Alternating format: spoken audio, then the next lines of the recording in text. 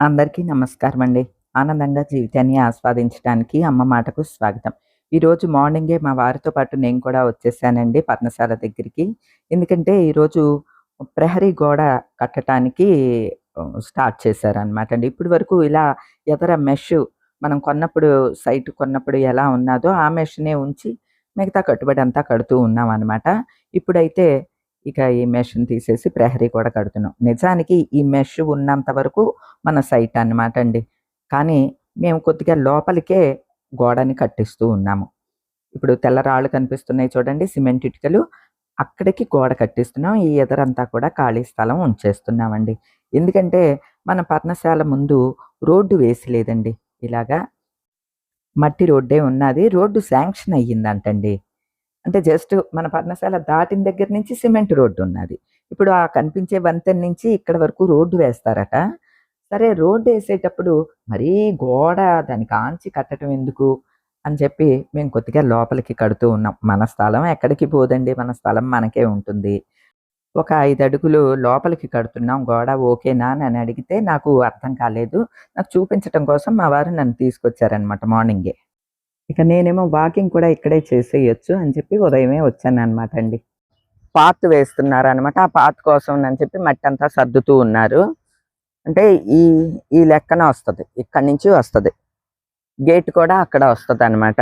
వీలైనంత మటుకు మొక్కలేమి పోకుండా జాగ్రత్తగా వేయమని చెప్పాను. అయ్యో! దీనికి మామిడి పిందెలొచ్చినియి. అయి కూడా తినేసినట్టున్నాయి. మేకలొచ్చేస్తున్నాయండి. పని చేసేటప్పుడు పనివాళ్ళు ఈ లోపల ఉంటారు కదా! అయి మేకలొచ్చేసేస్తున్నాయి. ఇదిగోండి మొత్తం ఆకులన్నీ తినేసినియి. ఇది 1 ఇయర్ వయసున్న మొక్క. పాడు చేశామనుకోండి మళ్ళీ కష్టం పెరగటం. అక్కడక్కడ మనకి అడ్డుగా ఉన్న మొక్కల్ని తీసి అవతల పాతించటం జరిగింది. కానీ ఏ ఒక్కటి బ్రతకలేదండి. 3 మొక్కలు తీయించాను పెద్దయి.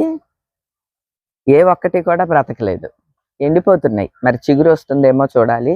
అందుకనే వీలైనంత మటుకు ఉన్న మొక్కల్ని పాడు చేయకుండా పాత్ వేయమని అన్నాను. ఎందుకంటే మనం నడిచేదే కదండీ! ఇప్పుడు ఈ గోడ కాంచి వేసుకున్నా వేసుకోవచ్చు పాత్‌ని. కొంచెం గ్యాప్ వదిలి ఒక 2 అడుగులు గ్యాప్ వదిలి వేస్తే ఈ మొక్కలు కూడా ఏం పాడవవు. అలానే పాత్ కూడా 6 అడుగులు ఏస్తామన్నానన్నారు. 6 అడుగులైతే మళ్ళీ ఆ వరుస మొక్కలన్నీ తీయాల్సొస్తుంది.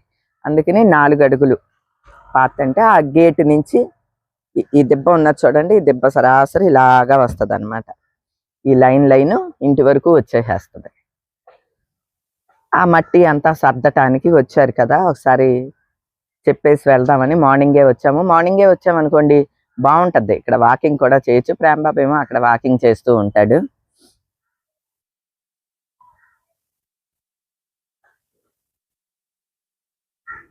ఇలాగనమాట. ఇదంతా నడుస్తుంది.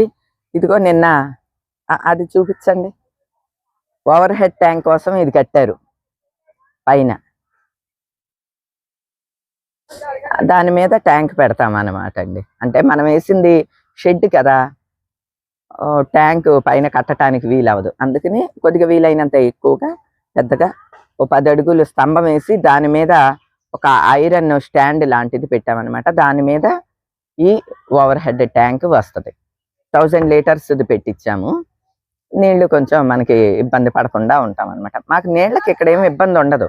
ఏముంది ఎదురుగుండా పంట కాలువలోంచి బకెట్‌తో కూడా తెచ్చేసుకోవచ్చు. కానీ మనకి ఇంట్లో వాడటానికి బాత్రూమ్‌లోకి, షవర్‌లోకి, కిచెన్‌లోకి రావటానికి కంపల్సరీ ఓవర్ హెడ్ ట్యాంక్ ఉండాలి. పనులకెళ్తున్నారా? ఏం పనులు? చెత్త ఎత్తటానికి వెళ్తున్నారు. ఆహో! అదిగో అటు చూడండి. ఉదయమే పనులకెళ్ళే వాళ్ళు చక్కగా పలకరిస్తారనమాట అండి. అంటే ఇప్పుడు పొలం పనులేమి ఉండవనమాట. అందుకనే పనికి ఆహార పథకంలో ఈ తూడు అవి తీయటం అంటే పంట కాలువలో చెత్త తీయటానికి వెళ్తున్నారంటండి. దానికి గాని వాళ్ళకి వేతనం ఇస్తారు ప్రతిరోజు. వాళ్ళు రోజు ఏదో ఒక పని మీద వెళ్తారు. సరే లోనకి వెళ్ళి మన పనులు ఎంత మటుకొచ్చినాయో ఒకసారి చూద్దామండి.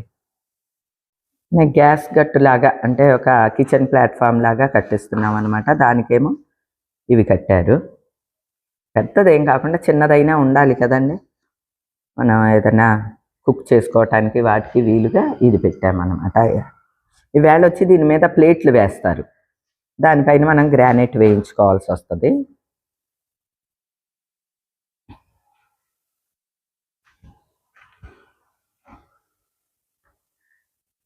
అంతా గందరగోళంగా ఉంటుంది ఇప్పుడంతా చూస్తే. ఈరోజు ఈ ఇంకుడు గుంటలు అవన్నీ పూర్తి చేశారు కదా, అదంతా కూడా ఈ మట్టి అంతా కూడా సదిరేస్తున్నారు. ఈ మట్టి అంతా సర్దేసి ఆ మొక్కలన్నీ తీసేస్తే ఈ వైట్ షీట్లు మన ఇంట్లో ఈ పార్కింగ్ షెడ్ పడిపోయినవి ఉన్నాయి కదా, అవి ఇక్కడికి తెచ్చేసామన్నమాట అండి. అవి ఆ అంచెమ్మట అలా పెట్టించేద్దామని అనుకుంటున్నాం. ఎందుకంటే అటు నుంచి పురుగు పుట్ర వచ్చే అవకాశం ఉంటుంది. అటంతా కూడా ఖాళీ ప్లేసు అలా ఉంది కదా, అందుకనే ఎలానో ఉన్నాయి కాబట్టి ఈ షీట్లు అటు పెట్టించడానికి ఇదంతా క్లియర్ చేయాలి. అలానే ఈరోజు ఇక్కడ పాత్ కూడా వేస్తున్నారు అనమాట అండి. పాత్కి సంబంధించి మనకి ఇదిగో ఇదంతా పాత్, నడిచే దారి ఇక్కడి నుంచి గేట్ వరకు పాత్ వస్తుంది అనమాట. దానికి ఆ మట్టి అంతా కూడా అడ్జస్ట్ చేసేస్తున్నారు. అలానే వాష్రూమ్ పక్కన డ్రెస్సింగ్ ఏరియాలో కూడా 2 అరల్లాగా వేయమన్నాను అనమాట అండి. అదిగోండి ఒక 3 అరలు వచ్చేలాగా ఇట్లా వేశారు. ఈ ఇటుకలు ఉండవు, తీసేస్తారు. ఇప్పుడు బేస్ కోసం అని చెప్పి అవి అలా పెట్టారు. అలానే నిన్ననే గేట్ కూడా వచ్చేసిందండి. ఇదిగోండి ఇది బయట గేట్ అనమాట, ఐరన్ గేటు.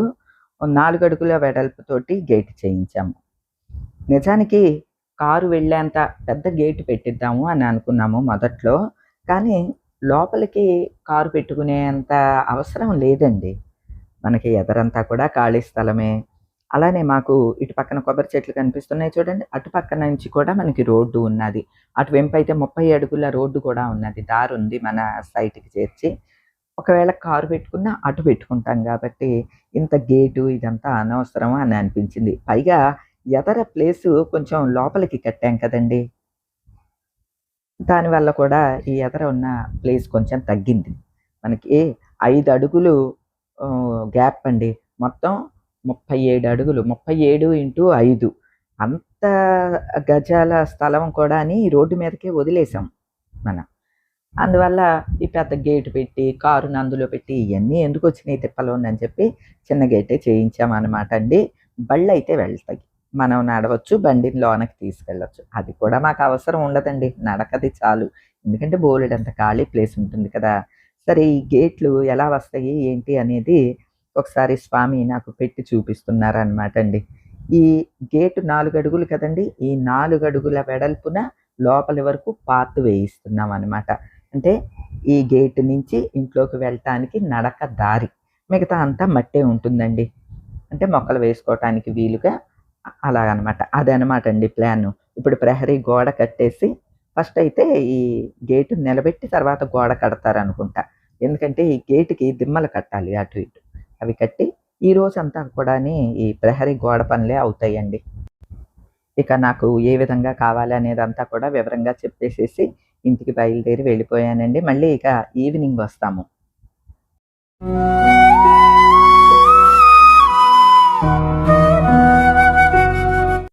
ఇక మేము సాయంత్రం వచ్చేసరికి ప్రహరీ గోడ కట్టుబడి అయ్యిందండి. అంటే చివరి వరకు కాదు, కొంచెం గ్యాప్ ఉన్నదనమాట. అట్లానే గేటుని తాత్కాలికంగా అలా పెట్టి ఉంచారు కదా, దిమ్మలు కట్టి అటు ఇటు. అది ఈ రోజంతా యూజ్ చేయకూడదు అని చెప్పారు. ఆ పక్క నుంచి నడవచ్చు రేపొచ్చి ఆ మిగతా గోడ కూడా కట్టేసి కర్రలు అవి తీసేస్తాము అని చెప్పారు. కొద్దిగా హైట్‌గానే గోడ కట్టించామండి. ఎందుకంటే ఈ ఎదర రోడ్డు వేశారనుకోండి, అప్పుడు రోడ్డు హైట్ పెరుగుద్దనమాట. అందుకనే ఆ దృష్టితోటి కొంచెం హైట్‌గానే గోడ కట్టించాము. ఇప్పుడు షెడ్ అంతా కూడా పూర్తిగా కనపడట్లేదండి. మనకి ప్రైవసీ కూడా ఉంటుంది. అలానే ఈ ప్రహరీ గోడకి ఒక హోల్ పెట్టించాము చూసారా అండి, గ్యాప్. అదెందుకంటే మనకి ఎదురుగుండా ఇదిగోండి ఈ వంతెన ఉంటుందనమాట. ఆ వంతెన ఎదురుగుండా వచ్చేలాగా ఈ నలుచదరంగా ఒక గ్యాప్ ఉంచాము. అందులో వినాయక స్వామిని పెట్టుకుంటామండి. అంటే ఎలా లేదన్నా ఇది మనకి దారి కిందే వస్తదటండి. అంటే మొదట్లోనే చెప్పారనమాట. మీకు ఇది దారిగా ఉంటే గనక వీధి సోలవుతది అని చెప్పి. అందుకనే మనం సింహద్వారం ఇటు పెట్టుకోలేదండి ఇంటికి. అటు పక్కకి పెట్టటానికి కూడా కారణం అదే అనమాట. లేకపోతే ఈ రోడ్డు మీదకే ఫేస్ చేసుకొని ఇల్లు కట్టుకునేవాళ్ళం. కానీ ఇటు కిటికీ మాత్రమే పెట్టాము. ఎందుకంటే అక్కడ వంతెన ఉన్నది కదండీ! అందుకని ఇది వినాయక స్వామిని పెట్టుకోవటం కోసం అని చెప్పి ఆ గ్యాప్ ఉంచాము. మధ్యలో గ్రానైట్ ఒకటి వేయించేస్తానండి. ఒక గట్టులాగా, ప్లాట్‌ఫార్మ్ లాగా దాని మీద వినాయకుడిని పెట్టుకునే విధంగా ఆ ఆలోచనతో ఇలా కట్టించాననమాట అండి. మరుసటి రోజు గోడ ప్లాస్టరింగ్ కూడా చేసేస్తున్నారు. ఇప్పుడు చూస్తే మీకు క్లియర్‌గా అర్థమవుద్ది. ఆ నలుచదరం బాక్స్‌లాగా ఖాళీ ఉంచాం కదండీ! అందులో వినాయకుడిని ప్రతిష్ఠించుకుంటాననమాట అండి. ఇప్పుడు గేటు, ప్రహరీ వాల్ అంతా కూడా కంప్లీట్ అయిపోయింది. ఇదిగోండి ప్రహరీ వాల్, గేటు, వినాయకుడికి చిన్న మందిరం పెట్టుకోవటానికి గ్యాపు అన్నీ కూడా సిద్ధమైపోయింది. ఇదిగోండి ఇలా చూస్తే మీకు అర్థమవుతది. ఎదురుగుండా పంట కాలువ ఉన్నది కదా! ఈ పంట కాలువని కూడా బుల్డోజర్‌లు పెట్టి క్లీన్ చేయించారండి. నిన్ననే ఈ వరస వరస అంతా బుల్డోజర్‌లొచ్చి క్లీన్ చేసినియంటండి. అంటే ఈ బుడగ తామర, మెట్ట తామర ఇవన్నీ ఉంటాయన్నమాట అండి. అవన్నీ కూడా తీసి శుభ్రం చేసిందంట. ఏవండీ బుల్డోజర్‌ని తెలుగులో ఏమంటారో తెలుసా అండి? కొక్కిరాయి అంటారంటండి. ఇక్కడ అందరూ నిన్న కొక్కిరాయి వచ్చి బాగు చేసిందండి అని చెప్తే ఫస్ట్ నాకు అర్థం కాలేదు. తర్వాత అర్థమైంది. కొక్కిరాయి అంటే బుల్డోజర్ అన్నమాట అండి.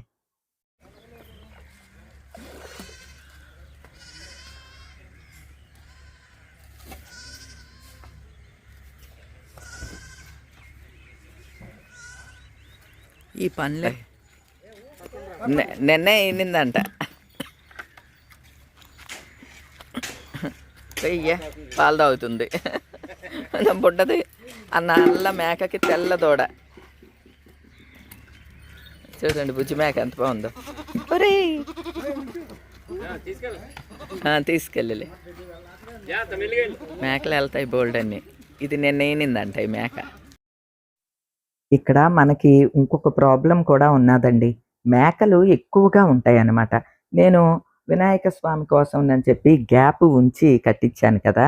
అది అలా ఉంటే మేక పిల్లలు దూకేసి లోపలికి వెళ్ళిపోవచ్చండి. లేదా పెద్దగా ఉంది కదా హోలు ఎవరైనా వెళ్ళిపోవచ్చు. కాబట్టి దాన్ని తాత్కాలికంగా అయితే ఇటుకలు పెట్టేసి క్లోజ్ చేసేయమని చెప్పానండి. వినాయకుడిని మనం పెట్టుకున్నప్పుడు అప్పుడు ఓపెన్ చేసే విధంగా.